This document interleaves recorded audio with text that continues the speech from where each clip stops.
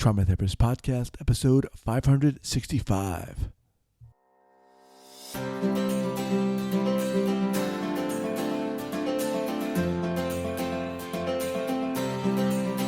All right, welcome back to the Trauma Therapist Podcast. My name is Guy McPherson.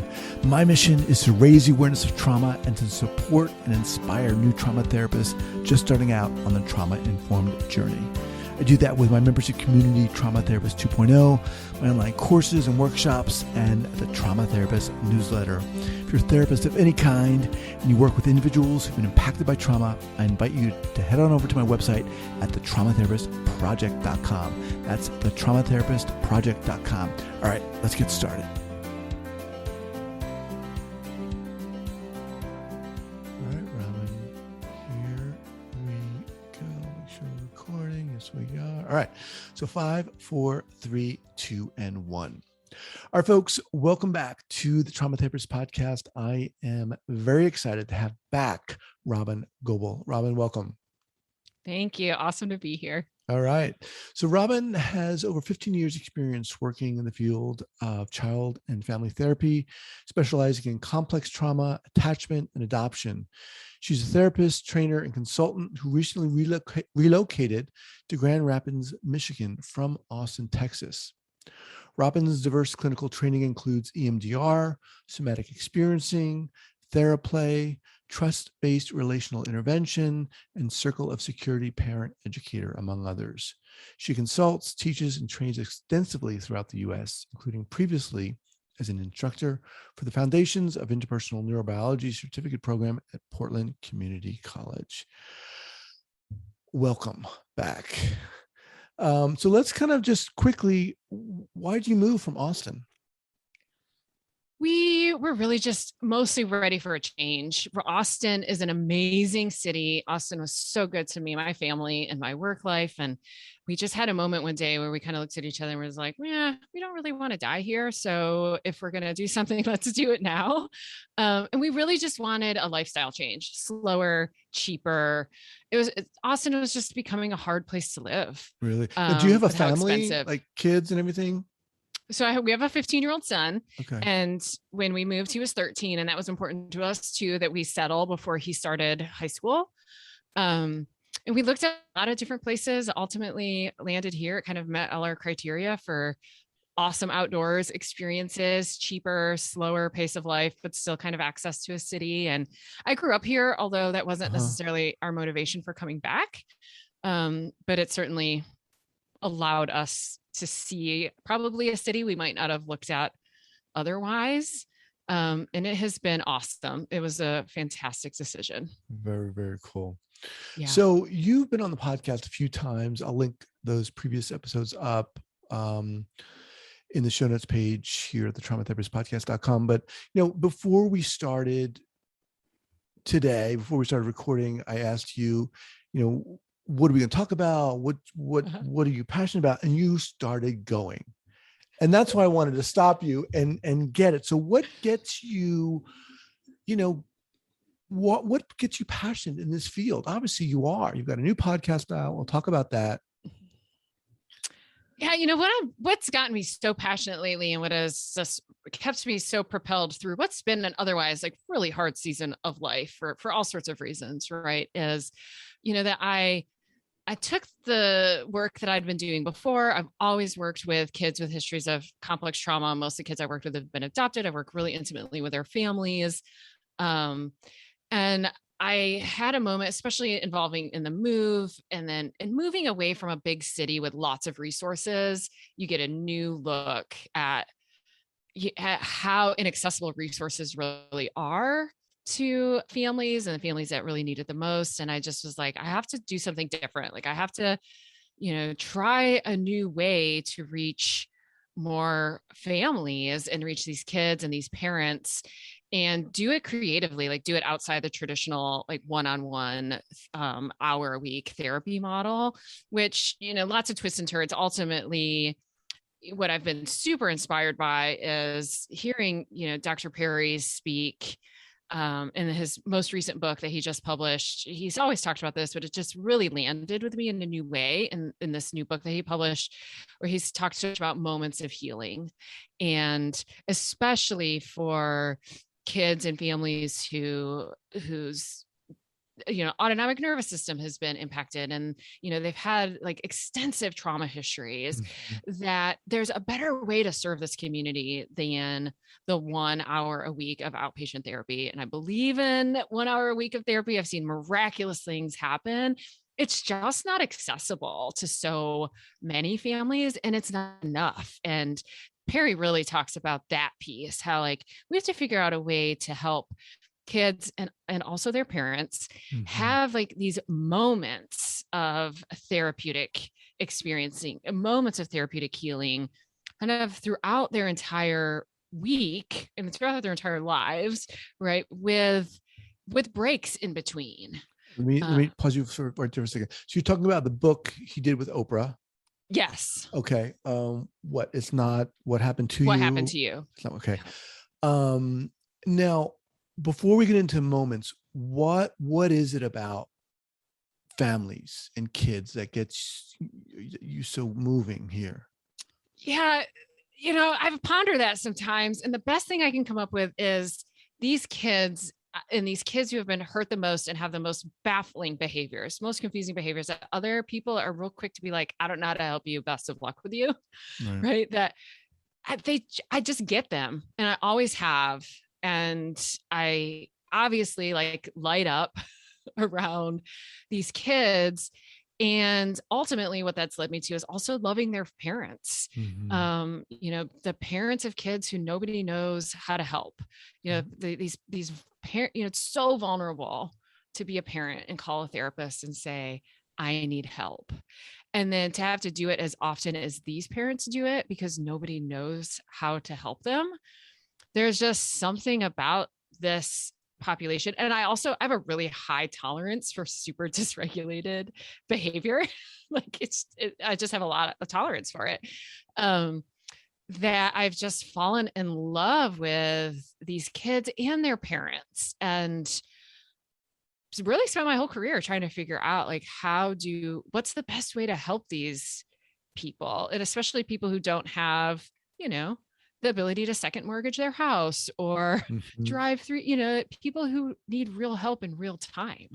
Can you share kind of an early clinical error? Because I'm guessing that when you first started out, maybe you approached it a little differently than you might now.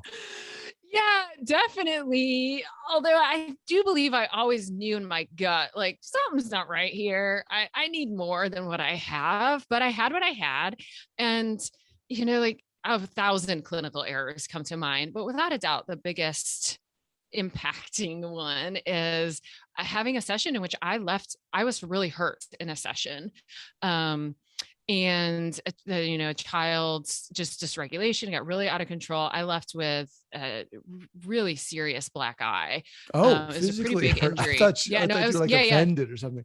No, I was physically injured pretty Wow. significantly by a really young child. And without question, it was really easy to look at how I just honestly didn't have like the skills to know how to help this child with everything that was arising in the moment. It was really easy to see like, ooh, I really dropped a ball. Like I left this kid kind of hanging out to dry, and then I got hurt. And then now this child has all that comes after, all this shame, all the emotional impact that comes after having really hurt somebody that you really care about, because we had a really great relationship. And I'd already kind of known like, man, I need a lot more skills to know how to help these kids. But that was definitely, So what didn't you have? I didn't have the understanding to recognize dysregulation before it got too big. And I also didn't have I had no confidence, which then for me led to fear about what to do with it. And so my fear, right, just essentially was throwing gasoline on a dysregulated fire. Yeah. Right. And then kind of left me paralyzed in a way of like, I have no idea what to do here. And then that ultimately lands in, Right. me getting hurt. So no, the child wasn't intending to hurt me. It was just like such a cluster that I ended up really hurt. Right. Well, thank you for sharing that. So let's get back to these moments that Bruce Perry talks about. Yeah. Talk more about those. Yeah. So, he really is, especially talking about kids with histories of complex trauma and more early, pervasive abuse or neglect experiences, and how really the best paradigm in which to approach healing in these kids' brain and their families is how do we enrich their whole life with the opportunity for therapeutic moments, as opposed to honestly, I always used to feel like it was so weird. We were crossing our fingers and hoping that this like 1 hour a week that was on the calendar was the perfect hour in which, we were going to be able to do the work that was needed to get done. Right. And so what that then has ultimately led me to is two things. One is kind of shifting my model away from even doing outpatient therapy. I'm not doing any outpatient one-on-one therapy with kids right now and families. I'm working with families, and I'm doing it on a big picture level. I have a community, like a virtual community, and that has parents in it from all over the globe. And it absolutely doesn't take the place of therapy, but what it does is two things. One, it teaches parents how to see their kids in a completely new way so that they are more on the lookout for these opportunities and feel more empowered. It's like a virtual group thing you're doing? Yep. Oh, wow. It's a virtual group community membership for parents of kids with a history of trauma. And we have classes and we get together and we have a virtual forum. And so there's an educational component for sure that's really helping parents see their kids' behaviors in a completely new way, really empower them, because these parents are feeling so let down by our mental health system, by the educational system, nobody's helping them. They have no idea what to do. And so really focusing on how do I empower parents to kind of step back into their role as I am the person my kid needs. I'm the person who can really help and support my child, as opposed to, this expert and this expert and this expert who ultimately aren't even helping us anyway. So it started there. Like, I really want to reach more parents. I want to help them see their kids' behavior through a new lens.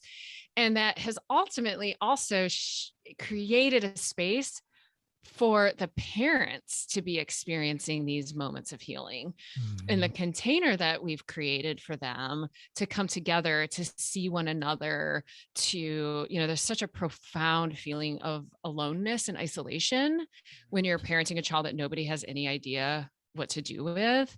And so bringing these parents together, giving them the opportunity to really see and feel and know one another. And in a setting that also, again, it's not just 1 hour a week, it's a community that's always there. So they can touch into it when they need to and when they want to, and when they're, I trust that they come to the community in a moment when their system is open and available to receive what's there. And so they're doing their own titration. Right. Yeah. I used to work in a, I'm sure I told you this, but in a facility where we were assessing and treating young kids who were showing early signs of psychosis. Yes. And it was a discipline team. And a huge part of the treatment was group therapy, in a sense, where group family therapy. Yeah. And of course, family was, parents was, or family was defined however kids would define it. But as you're saying, parents so often feel alone, like their kid's the only kid who's going through this issue. And to be in a room where other families are struggling and working it out is so helpful and empowering. Yeah. Yes. It's awesome. What is this called that you're doing? Is there a name? I just call it the club. That's how we've affectionately been referring to. So is this on your website? People can go to your website? Yep. Let me just, so just quickly, Robyn, what's your website? Oh, Oh, robyngobbel.com, okay. ROBYNGOBBEL. The club. Okay. It's right up Yep. here at the top. Awesome. Awesome. Yeah. Okay. We'll link that up. Yeah. So that's been, I mean, truly, again, it's been a hard season, right? Like things are hard for everyone everywhere. And, having this experience where I created the container and I look back and I was like, oh yeah, I had a couple good ideas. I was, pretty thoughtful about how I put this container together. But then watching these parents come into it and then what they're doing for one another is just it's just profoundly mind-blowing. Like every time I have the opportunity to connect in with these parents who are there for their kids, but ultimately they're there for themselves and then for each other, right? Like to watch what can happen when people are given a safe space that says, because it sounds maybe a little bit creepy, but we have a manifesto, and the manifesto is things like, we know that regulated and connected kids who are feeling safe are doing well. And we believe that about their parents too, right? We believe that everyone's always doing the very best that they can. And we believe that we can believe people are always doing the best that they can. And we can set compassionate boundaries. Like we believe all these things are true. And there's been something about joining a space where everybody in the group believes those things, right? That you can show up in your most raw, most vulnerable, most, a way that you might not show people, Right. and show this group of people those parts of you because that they believe you're doing the best that you can. They know, like that. And there's been something so profound about that. I think that's crucial to have that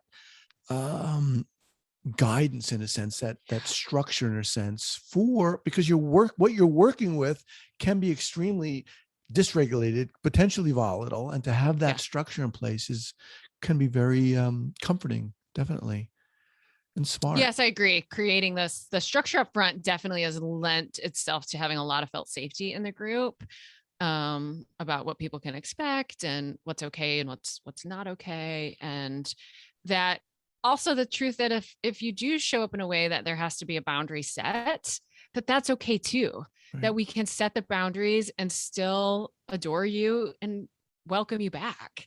And I think there's so much safety in that. And then imagining how that translates into their families, right? That they have this space that will change them, and then changes most likely like how they kind of show up for their kids and for their families. So do the kids show up too? Nope. It's a parent group. It's a parent group. Okay. Yep. And there's definitely the common thread of, parents of kids with a history of trauma, or just kids with really big, baffling, overwhelming behaviors is sort of the real common thread. And we work actually really hard even to protect our kids' confidentialities and their privacy. We have lots of structure even around all of that kind of stuff. Yeah. And even still, right, we're finding ways to like show up and get what we need. And then, like I said, I just believe that must be impacting their children. Right. You mentioned, coming up with creative ways to help or offer therapy or treatment, whatever. This is obviously one of those. Yeah. And I think, without a question, is not therapy. And certainly I've had the good fortune to be able to use a lot of my therapy skills. And, I think there's a lot that happens in the therapy room that as therapists, sometimes we hold a little bit too tight to and think that they're only therapy skills or therapy experiences. And I think the ultimate reality is that therapy is not accessible to way more people than we sometimes remember. And so I've just wanted to get really creative about like, how can I use what I know about what helps people do that on a bigger scale and still be really clear, like this isn't therapy. Right. I mean, I think therapy, that doesn't mean it's not therapeutic. Exactly. right? And what's the Exactly. goal? What's the goal? I Yeah. mean, the goal is, what's your goal in this, doing this? Yeah. I mean, my goal in this is that parents get a space where they get to be so seen and known that it impacts their own integration and then ultimately impacts their kids. Right, right. Yeah. Yeah, that word therapy is very tricky. I mean, oftentimes it's thrown around as if it's, you know, the the best way to impart treatment or help or whatever. You know, I know we're getting into words that need to be defined, but it's not always the case, right? I agree. I mean, it sounds like you're doing an incredible job creating a space, and oftentimes that's what, like you're saying, that's what people need. Yes. My God. Yep. Absolutely. It's been honest. I mean, I end every time with my people and I was just like, I can't believe this is what I do for a living. Like, I cannot believe this. This is so That is amazing. awesome. Why? What is it, Robyn, about you that makes you feel that way, that allows you to do this work? I think I said to somebody the other day, the words I use is like, I have a really low bar for delight. I'm easily delighted.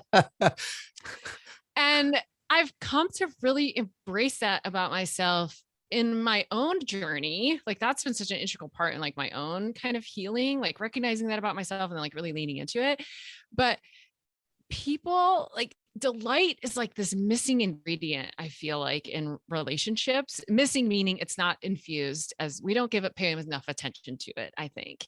And even if we read attachment literature, like, and we go back to Ainsworth, delight is there and it's being, like Ainsworth even identified that, but we don't talk about it that much. I feel like we don't talk about it that much. And I think that is one of sort of my superpowers, if you might say, is like, I'm super easily delighted and I can very easily then reflect that back to people. And there's so much power in Mm-hmm. seeing delight in somebody else's eyes. Mm-hmm. And I've just decided to really embrace that about myself. I love I'm that. easily delighted. And if I can delight in these, I mean, these parents that I work with are not delighted in often, and their kids aren't very delightful. And so it's hard to delight in their kids as well. And so that feels like a thing I can really do, is just so easily and authentically, you can't really fake delight. Right. I just so authentically adore these people and they see that in me. And I really believe that changes them Yeah. and then opens up a pocket for them to see their kids differently. Mm-hmm. Awesome. Yeah. Yeah, you're seeing them, and that's huge part Yeah. of everything we're talking about here. All right, Yeah. let's talk about your podcast. Yeah. Yes. Why did you start a podcast?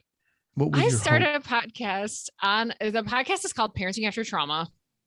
And I may or may not change it in the future. That's working for now.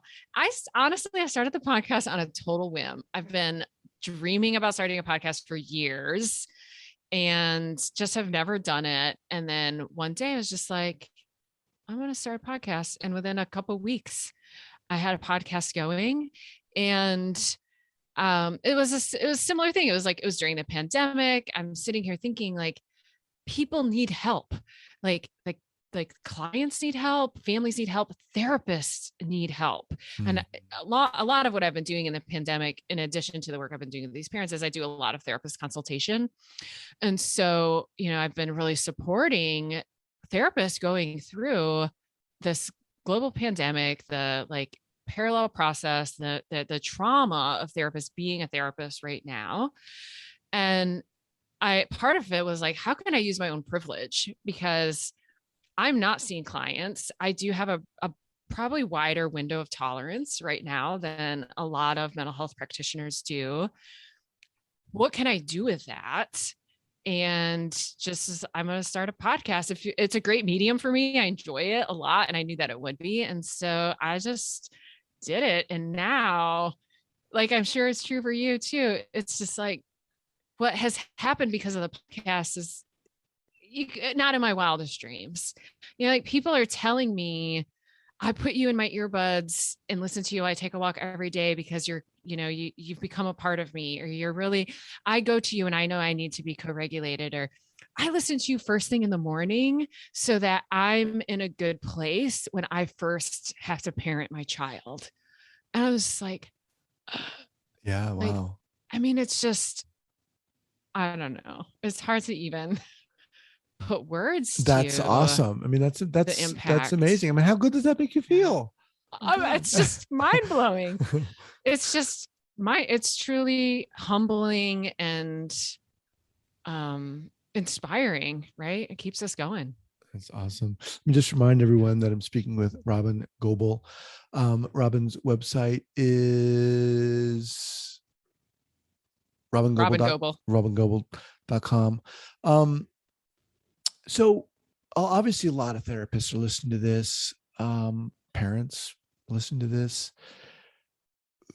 Who should reach out to you if maybe therapists are working with families and maybe they need some help, or parents? Who are your people? Well, one thing you and I haven't talked about yet is the reality is that both are my people. So I have this, membership community. I have all these services where I'm speaking so directly to parents, but therapists are doing all of it too. They're taking my trainings, they're listening to my podcast. It's changing how they're working with families. And I did I've been nudged. People have been asking me to do this for a long time, but I finally just, I don't know, like last week started, the marketing for I'm going to start doing a year-long immersion program for therapists who work with families specifically. Like I really want to grow the confidence. Therapists tell me all the time that they're burned out, not with the kids, but with the parents. Right. And I get that. And it's heartbreaking. And I feel like I have figured out a way to work with families in a way that is inspiring and empowering as opposed to drudgery. And so what's this called? This immersion program called? So the immersion program is called Being With. And it's a year-long program and it's intentionally really long because I don't want to just teach therapists more skills. Just like the parents who come to me, they have plenty of skills. They're struggling to use them. And I find that that's true about the therapists who reach out to me too. They've got every training in the possible. They're just struggling to integrate them and integrate them into their own nervous system, but also integrate them into a treatment approach. And so it's not for therapists only. It's for any professional who works with families and wants to improve their love for families and really their own window of tolerance to sit with the most distressed families out there. Very cool. When does that start? January. All right. So that's very timely here. So we'll have that linked up again as a show notes page at the traumatherapistpodcast.com. All right, Robyn, man, you've got it going on. Congrats on everything. You're inspiring. You are. Thanks. Yeah. Life is good. Life is hard and life is good. And I've been inspired by people like you, right? Like I've watched you. Appreciate your that. podcast is so impactful, impacts so many people. And it's just neat to watch. So thank you. I appreciate that. So how about a go-to book recommendation before we close out here? Well, oh gosh, that's so hard. I've got a bajillion. Obviously, I've already said like Bruce Perry's, What Happened to You is brilliant. It's brilliant. The way it's written, everything about it is just so lovely. So that's it for me right now. Okay. Dr. Perry and Oprah's, What Happened to You. I'll include that down there. All right. So we'll have your website up, links for the podcast, links for the club, the immersion course.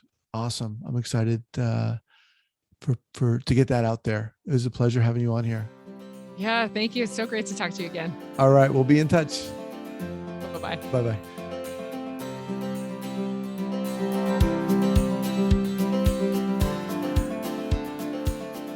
The Thank you so much for listening and supporting this podcast.